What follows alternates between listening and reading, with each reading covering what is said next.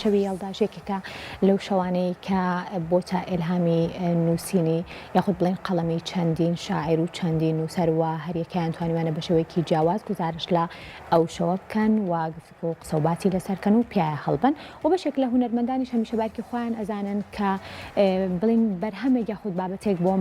بڵین ئەم یادانە جارێکی ترکاری لەسەر بکەنەوە و هەروەها پێشکەشی بکەن. دیارە هونەرمەند سامان عەلیپورێکێکە لە هونەرمەندە دیار و جەنگخۆشەکان خاوەنی چەندین بەرهەمی زۆر تایبەت و ناوازەیە. لە ئێستاە بەرهەمێکی بە سێ زمانی جیاواز پێشکەش بە شەوی یەڵدا کردووە و هەروەها بڵین لە چەند ڕۆژی ڕابردووشە بڵاوی کردێتەوە. شەوی یەڵدا لە نێو دنیای هونەری ئەدەبیدا پێگەیەکی تایبەتی هەیە و زۆرن ئەو هونەرمەند و شاعیرانەی کە بەرهەمی تایبەتیان بۆ ئەو شەوە هەیە و ساڵانەش کاری نوێی تایبەت بەو شەوە بڵاوەکەنەوە. لەو چوارچێوەیەشدا سامان عەلیپور هونەرمەندی دیاری ڕۆژهەڵاتی کوردستان نوێترین بەرهەمی خۆی بە ناوی یەڵدا بە سێ زمانی جیاواز ئەڵێت و بڵاوی ئەکاتەوە.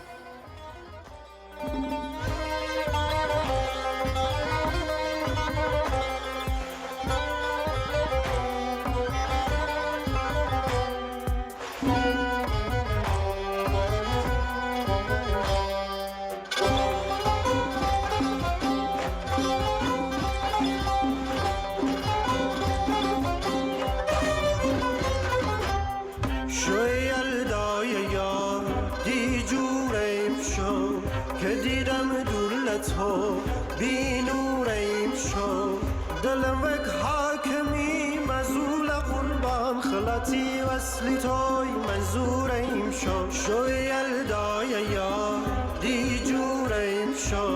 شو یلدای یا دی جوریم شو